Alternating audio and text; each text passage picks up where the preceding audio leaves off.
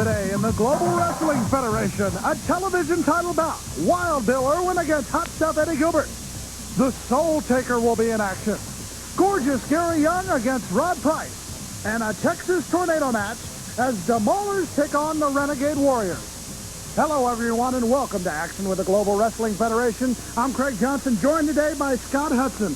And a tremendous card on hand, including the television title match, Wild Bill Irwin against Hot Stuff Eddie Gilbert. These two men, former or veterans of the Universal Wrestling Federation, they are prone to get a little bit nasty in that ring. I think we're going to see some hot action between Wild Bill Irwin and Eddie Gilbert. Speaking of hot action, Hot Stuff has made his way to the Global Dome interview area. Yes, well, once more, I am going to say once again that I am the only true television champion, and saying so every week. I have told the Global Wrestling Federation I will defend my television championship against any contender you choose.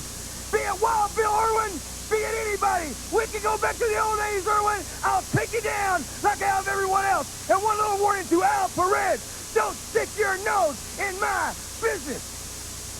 The words of Hot Stuff Eddie Gilbert, who has mentioned so many times about that television championship, says his is the only true worldwide television championship, with the GWF being seen in over 42 countries around the world. He's got a good point there. It's a television title to be proud of. I don't know if Eddie Gilbert's a champion to be proud of, but that's another subject for another time. How about all four men in the ring, the Maulers against the Renegade Warriors? Texas Tornado rules will be in effect as the Renegade Warriors face the Maulers. That is bound to be out of control.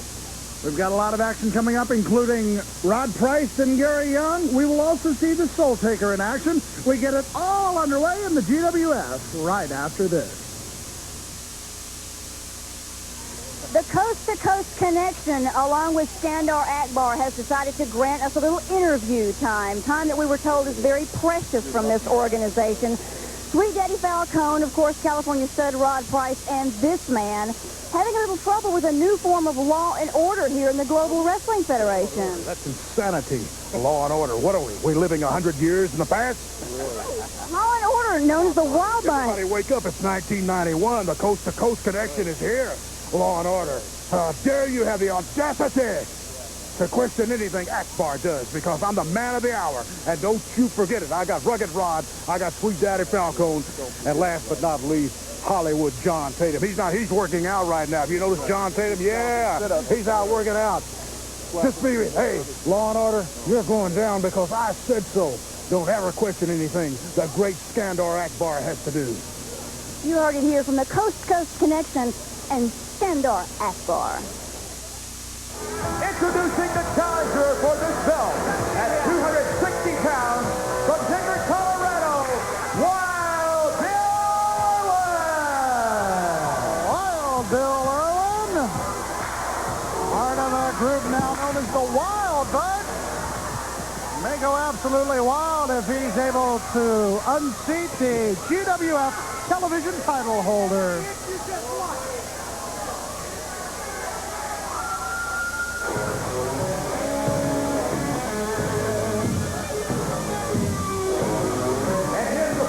For this global television title event, introducing the Global Wrestling Federation TV title champion from every girl's dream at 228 pounds, Hot Stuff Eddie Gilbert. I don't think Hot Stuff wants to get anywhere near a ring where Wild Bill Irwin wields Mr. Laugh. Look at the look on Eddie Gilbert's face. He doesn't want to have anything to do with that. Shut up! No! I don't have to! Eddie Gilbert rather upset.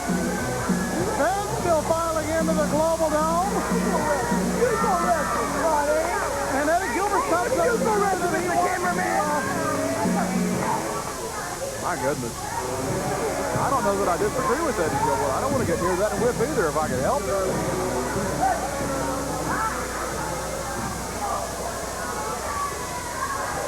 Well, there you see the man known as Hot Stuff, who...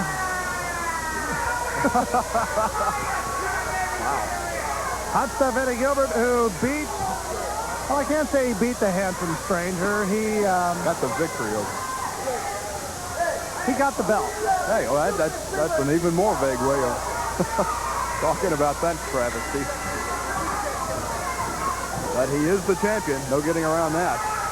When you take a look at this matchup, Eddie Gilbert at 228 pounds against Wild Bill Irwin at 260 pounds. Hot stuff Eddie Gilbert's going to need all the help he can get, and he's not going to get them from those people.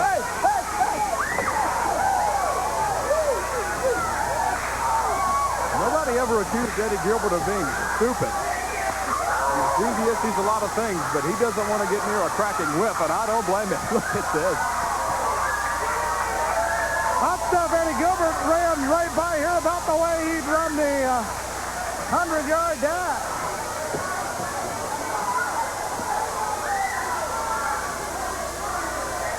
Our broadcast position is right about where hot stuff Eddie Gilbert is. Shut up! Shut up! That's not fair! You heard him. That's not fair. I don't know what's unfair about it.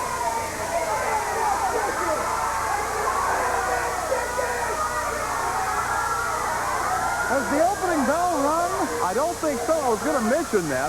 James Beard isn't counting Eddie Gilbert out of the ring, thus the match couldn't have started, or Eddie would have been counted out several minutes ago.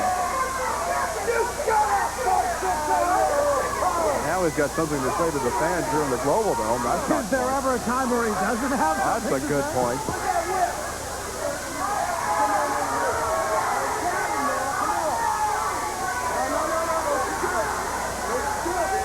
Slowly he approaches the ring going after the whip. Oh, take a look at Eddie Gilbert. There he goes again, right past our broadcast position here in the Global Dome, and there you see Bill Irwin's impersonation of Eddie Gilbert.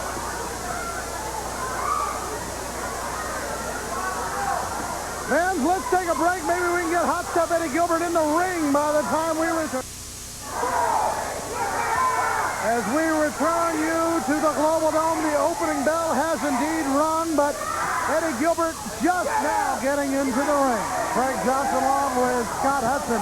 Action in the Global Wrestling Federation. As Wild Bill Irwin is just waiting for the appearance. And What is that? I have not the foggiest. Eddie Gilbert eyeing that whip. He wants to take care of the weapon of Wild Bill Irwin, but Irwin, I don't think would look too kindly on one Eddie Gilbert taking his whip away. Many times from Mr. Lash, Eddie Gilbert did the 100 dash. And hot stuff now pleading for mercy. Take a look at this. Eddie Gilbert offering his hand to Wild Bill Irwin. That's a handshake. Irwin beat him to the double cross.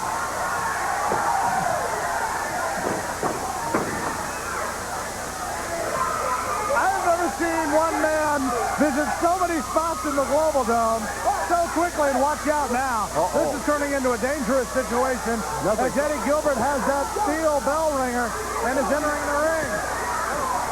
Nothing funny about that at all. That's dangerous. Uh-oh. And Eddie Gilbert, Where did he go? he has disappeared into the catacombs of the Global Dome. And look, what is he, the Phantom of the Opera? I think Wild Bill is on Let's Make a Deal. It says, I want what's behind the curtain. Johnny Olson come down the aisle. Oh, please. Asking for timeout, and that's all he's had since he exited the dressing room. They have not locked up yet. Yet Gilbert has done more running than he would normally do in any match. Eddie Gilbert has got to be tired. He's ran about 1.5 miles since the bell rung.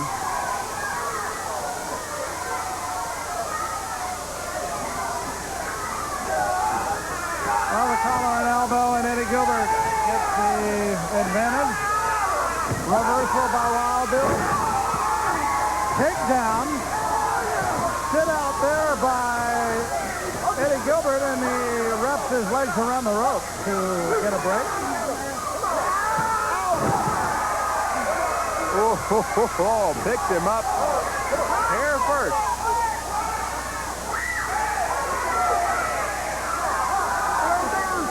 And hot stuff Eddie Gilbert.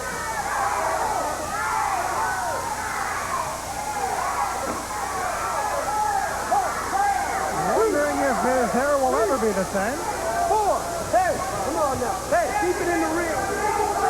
Our first event this time on the GWF. I don't like these on now.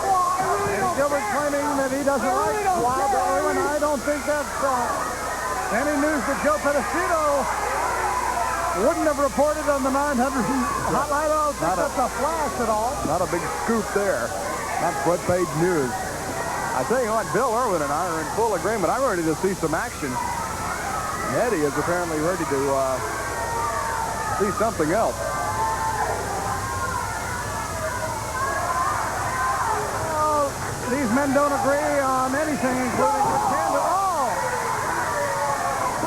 Smart move by Wild Bill. Watch out. And once again, Eddie Gilbert is outside of the ring. There's a look. That's a man who is having a bad day. Well, his day could become much worse if the luck continues like this. And once again, we see him digging into his face. I wonder if that's going to come into play later.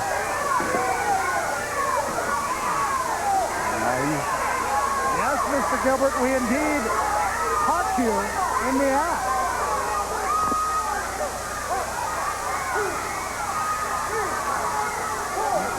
Unfortunately, his back was to referee James Beard, who did not see the situation here.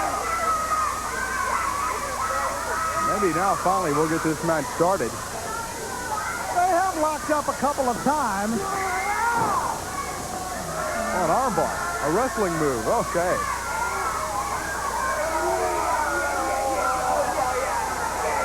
The wrist lock. Oh! Wild Bill Irwin now delivering the punishment. And if Hot Stuff was crying earlier, he may be shedding some tears here. Still to come on this edition, we will see Gary Young against the California Stud, plus that big Texas Tornado. All 4 men in the ring match, the Maulers against the Renegade Warriors. But right now, the order of business, the television title of the Global Wrestling Federation.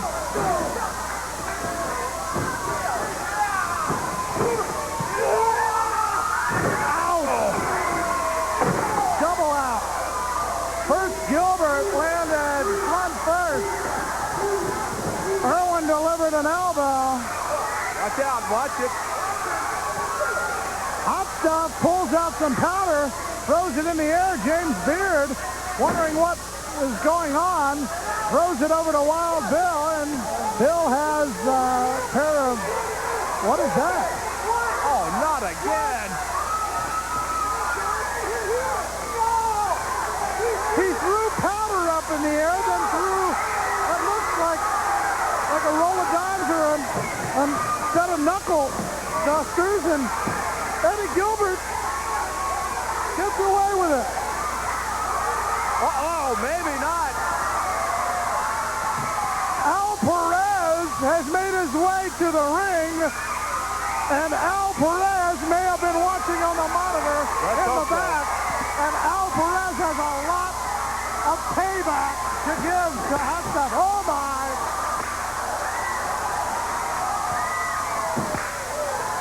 Eddie Gilbert is caught between a whip and a Latin heartthrob. With nowhere to go. How is he going to get out of this situation? Well, there's And the Soul Taker. the Soul Taker coming down. That is a mean man.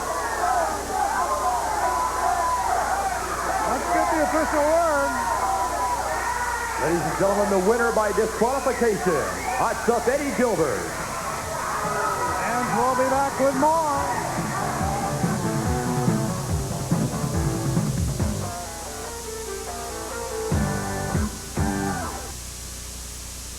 Bonnie Blackstone here with Gary Young. You know something? A lot of people have said this matchup between you and some of the members of the cartel, namely Rod Price, is long overdue, Gary. Well, you know, Bonnie, for weeks and weeks and months, it's starting to heat up. Things have all come in the open now. It was a while. All of a sudden, Akbar shows back up. I had to wonder right then, you know, what's going to happen to me? Because I used to be in this stable, you know, for a long time. We did the rule breaking. Well, I've had a change of life. I've got a little 18-month-old girl now I love very much. Things brought me around attention-wise. Now everything I can't stand is what I see in Akbar and the boss, which we all know now is Max Andrews. Exactly, a big surprise. Let's also talk about how they injured your knee, but then Price comes down and allegedly has an injury himself, which we find out later is nothing more than a lie. Well, you know, that's right, Bonnie. I was scheduled to wrestle the man. He'd come out here in a crutch. John Tatum come down here and all this other stuff. And, you know, before I know it, they're on top of me with a crutch trying to break my leg. Well, my leg's back in good shape from being in the gym. Rod, I hope yours is. The Soul Taker! Well, now we see the Soul Taker in action just before the break. The Soul Taker made his presence known. Watching the back of the television champion, Hot Stuff Eddie Gilbert. As a matter of fact, you will see, there you see Tony George, the opponent for the Soul Taker. You'll even see in the ring the remnants of the powder used by Hot Stuff Eddie Gilbert to distract referee James Beard, whereby Gilbert threw the foreign object and Wild Bill Irwin was caught with it. That's all it took, and Eddie Gilbert once again gets away with it. Credit to Eddie Gilbert, though. He did not use the foreign object. He just used powder to distract the official. There was not any foreign object used on the opponent, thus no disqualification. And the winner of the last match by disqualification, Hot Stuff Eddie Gilbert. In the ring, it is the Soul Taker. Need to mention he retains the television title. That was a title match, and Bill Irwin had his opportunity, and once again, Eddie Gilbert's deviousness saves his title. And you have to wonder about what the relationship between Hot Stuff Eddie Gilbert and the man in the ring right here possibly is. The Soul Taker, weighing in at 325 pounds, easily 6'6", possibly 6'7", size 16 boots. And Tony George tried to get out of the way of that freight train, but didn't quite get off the track.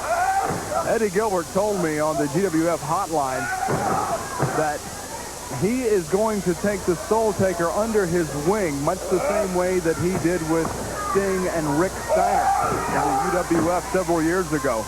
So I think we're going to see a little bit more of Eddie Gilbert and the Soul Taker together here in the Global Wrestling Federation. Now you have to wonder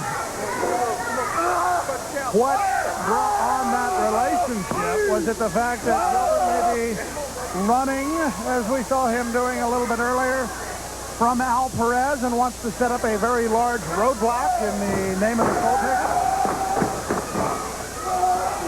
That wouldn't surprise me because, as I've said before, Eddie Gilbert is a lot of things, but he's not stupid, not by a long shot. The Soul Taker with his opponent headbutt right into the midsection.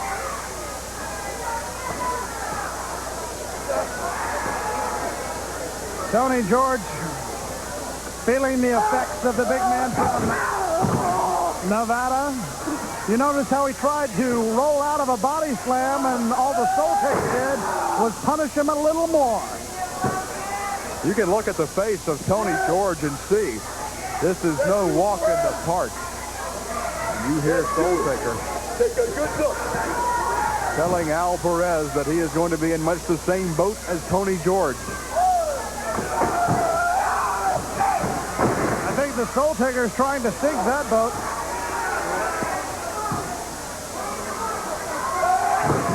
As the Soul Taker trying to make an example of one Tony George.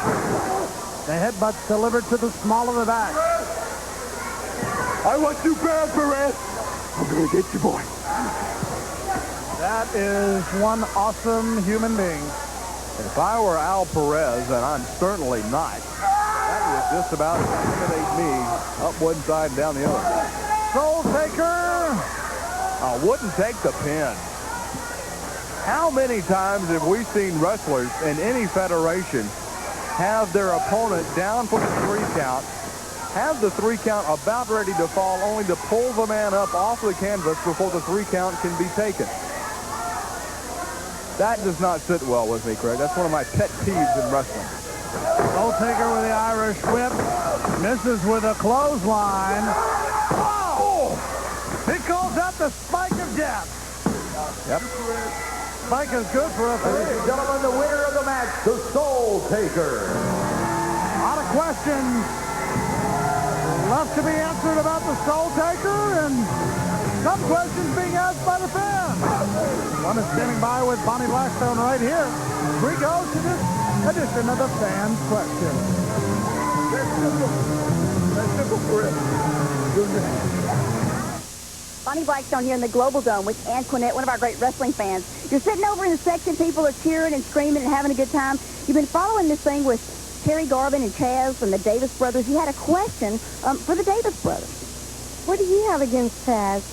Well, that's a good question. Later on, I'm going to be here with Tom Davis and Mike Davis, and we're going to ask Ann Quinnett's question. Exactly where does all this animosity stem, and what do they have, if anything, against Chaz, a bright young star here in the Global Wrestling Federation? Well, the knee has recovered. I don't know if it was ever injured in the first place, but Skandor Akbar had one heck of a plan with Rod Price, the California stud, and now with both knees apparently healthy on both men, gorgeous Gary Young getting ready to get into the ring to take on the man who assisted in taking out his own knee.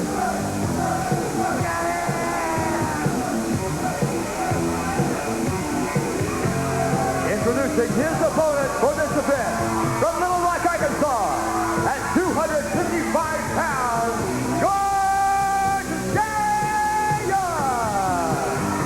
Gorgeous Gary Young greeting the fans around ringside, and interesting circumstances surrounding the signing of this match, Scott Hudson.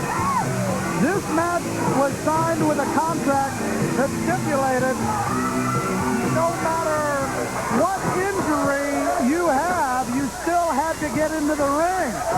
So if Gary Young's knee injury had not healed by then, he would have had a rough time against the healthy California stud.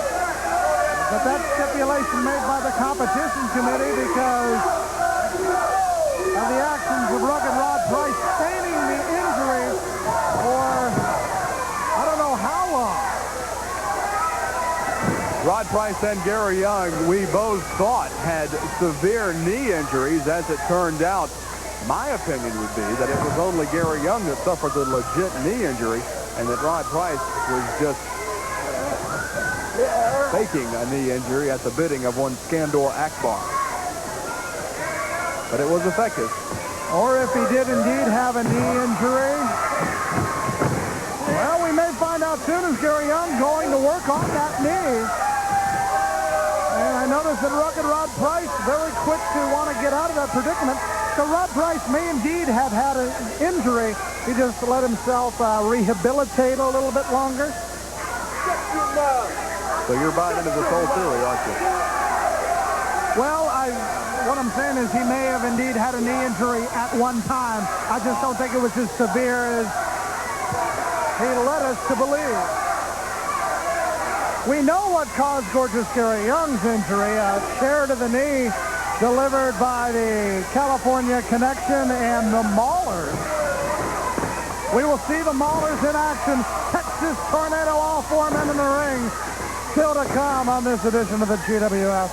But you notice that Gorgeous Gary Young going after that knee.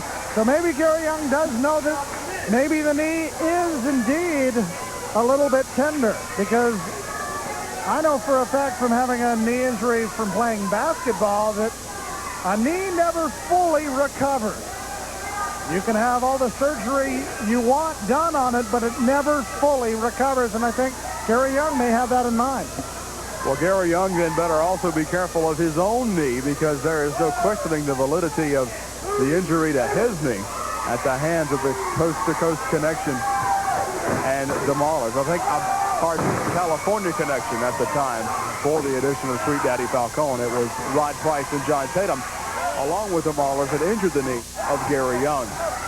Now you see Rod Price making his way over to the rope, so maybe Gary Young has been effective in aggravating what did indeed hurt Rod Price. Gary Young looks to be in fine shape here, however.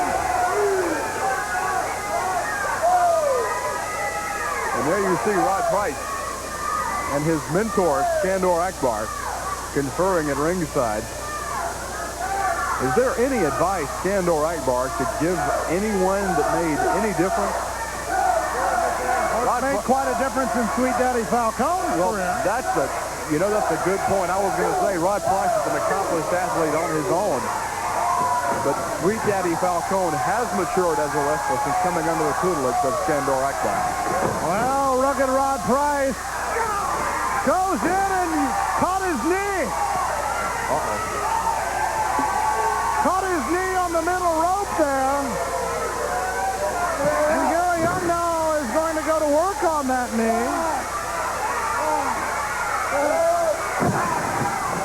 And now, whatever recovery Rod Price may have had on that knee may be about to go out the window. Working on the knee and the hamstring there.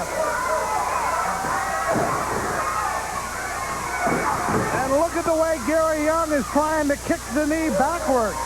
That is where most injuries happen in football, when the knee goes the wrong way, and Gary Young kicking at the kneecap.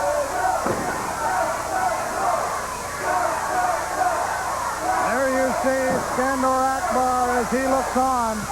He doesn't look very concerned to have his man in this predicament. And now Gary Young going to work on that knee and spikes the knee.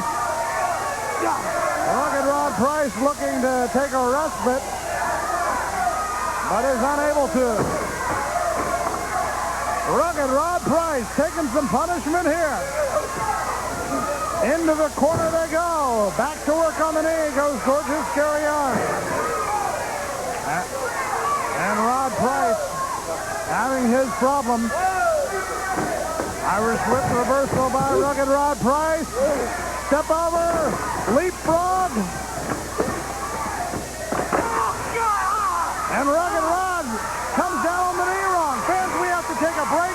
We'll keep the JWF rolling. Don't you go away. Fans, welcome back as gorgeous Gary Young has been going to work on the knee while you've been away. But once again, there you see Rod Price feigning injury. Playing just a little possum with that knee injury, as I think he did before. Oh, and Rod Price needs some sort of Academy Award or an Emmy since we're on television for that performance. And now Gary Young has had his knee worked on by the California stud. Back to work he goes.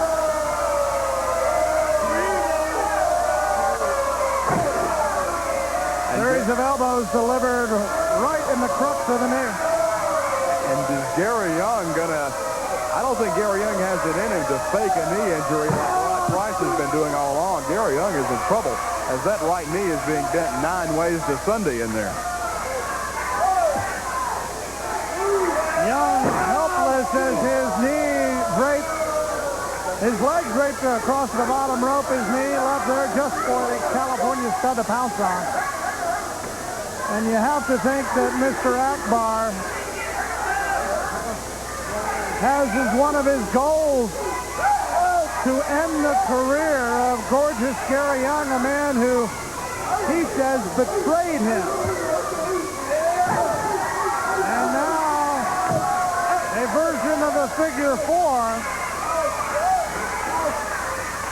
This done a little bit differently, putting pressure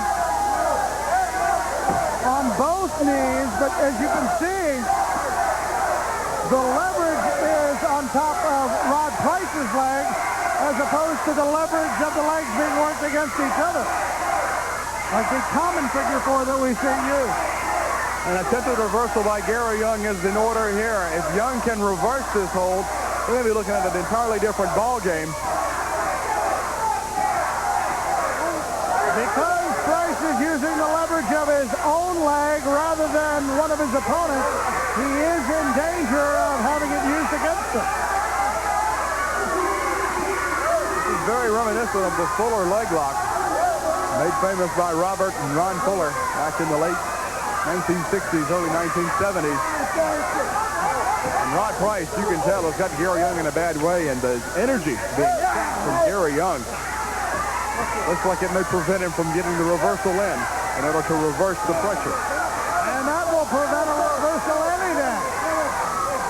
As Rod Price holding onto the bottom rope as Akbar looks on in approval. Again, Gary Young close to reversing it. But Price aggravating the situation by using the bottom rope, wiggling back and forth and putting more pressure on the knee.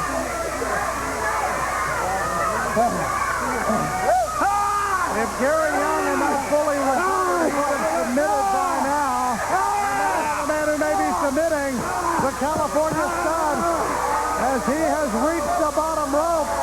Except this time it means a breakup coming.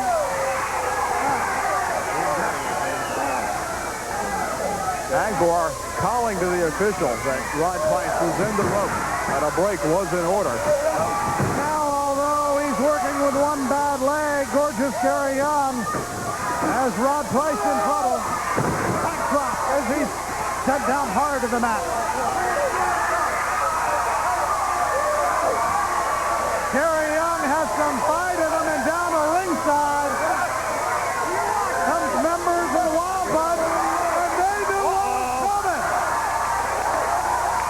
Daring the other members of the Coast to Coast Connection to make it to ringside. Head him off at the path. The Wild Buds has put a stop to the interfering tactics of the Coast to Coast Connection. Meanwhile, in the ring, Akbar has made his way into the ring, has taken his glasses off, reached into his pocket, but Gary Young caught him. And so did the referee, sounds like. Akbar makes his way out. As the rest of the Coast to Coast Connection helpless outside of the ring. Let's get the official word. Ladies and gentlemen, the winner of the match by disqualification, George's Gary Young. When we return, Bonnie will talk with the Latin Heart Rob Alvarez. What the Texas Tornado match?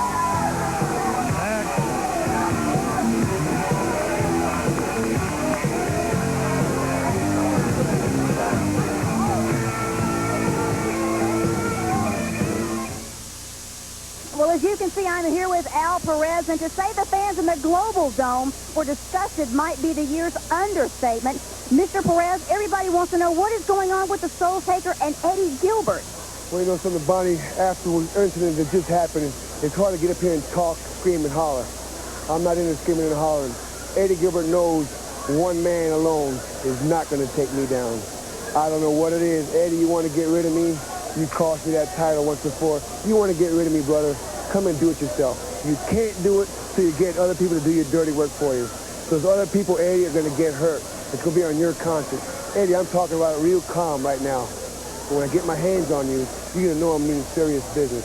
I'm out to hurt you. And when I get my hands on you, you're going to know because I'm just going to squeeze and squeeze and squeeze until there's no more life. Nothing kicking, nothing coming out of your mouth ever again. I want to finish you off for good. Eddie Gilbert, you have not seen the last of me.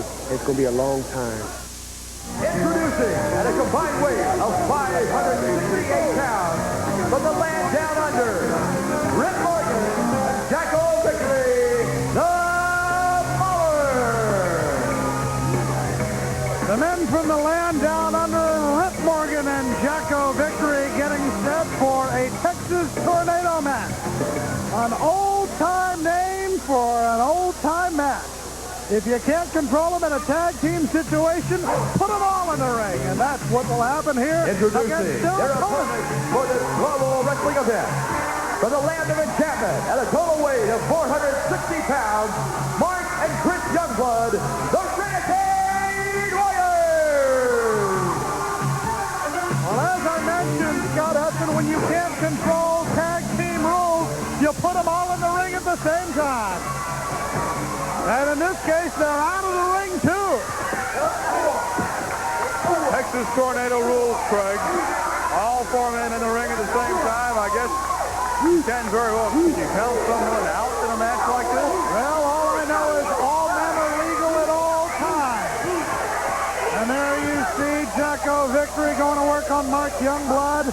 Chris Youngblood against Rip Morgan. We talked previously about the change in attitude of the one-time royal family. The Maulers made a career, a name for themselves in their career, rather, as the royal family. Have, I've been told, burned their robes, cut all ties with royalty, and they are strictly now the Maulers. Nothing to do with royalty, no respect for the Queen, don't like Lady Di, none of that. They are the Maulers and the Maulers only. The Renegade Warriors going to work on Rip Morgan right there. That's Chris Youngblood. As Rip Morgan, a little dazed. Very rarely do we see him dazed, but there's nobody to tag out to because all 4 men are legal in this match. Jacko Victory comes by to deliver a blow to the back of Chris Youngblood. From what you told me, the Mauler's new look made up of mystical things from New Zealand, while the Renegade Warriors in a mystical outfit of their own. Harpoon carvings of New Zealand are caricatured on the trunks of Jacko Victory and Rip Morgan. No caricature of that last move, however. I don't have to tell you how bad that hurt. Anyway, the meaning of those carvings, tribal warriors and tribal maulers and courage. That's the point they're trying to get across with those insignias on their wrestling gear. Tribal maulers and courage. I think that is at least halfway correct. Look at that, the boots to the restrained Chris Youngblood, courtesy. Take a look at the face of Chris Youngblood right in your living room. Boy, Maulers really living up to their name as Youngblood in a bad way. Mark Youngblood has been thrown out of the ring and is trying to make his way back in while the Maulers go to work on younger brother Chris. And now using some of his own ring apparel against him.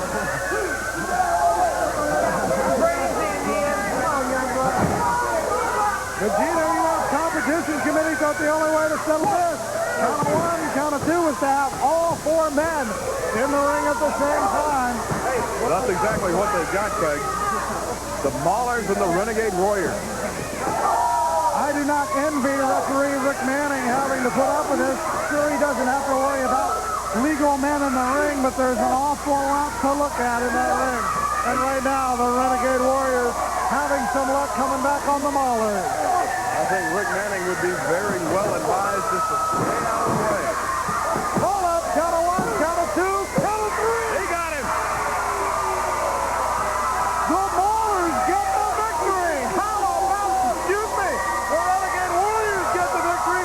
The Maulers, the prize defeated. And now, The referee being punished by the Maulers. Oh, no! The Renegade Warriors back into the ring. There is no excuse for that. And now, Rip Morgan has thrown Chris Youngblood out of the ring. Jacko Victory going to work on Mark Youngblood. I think some fines and suspensions, and hopefully both, are in order for the Maulers. And they are completely out of control. Attacking the official as they did. Now look, they've got Mark Youngblood. And oh no! A pile driver on the hardwood floor of the Global Dome interview area.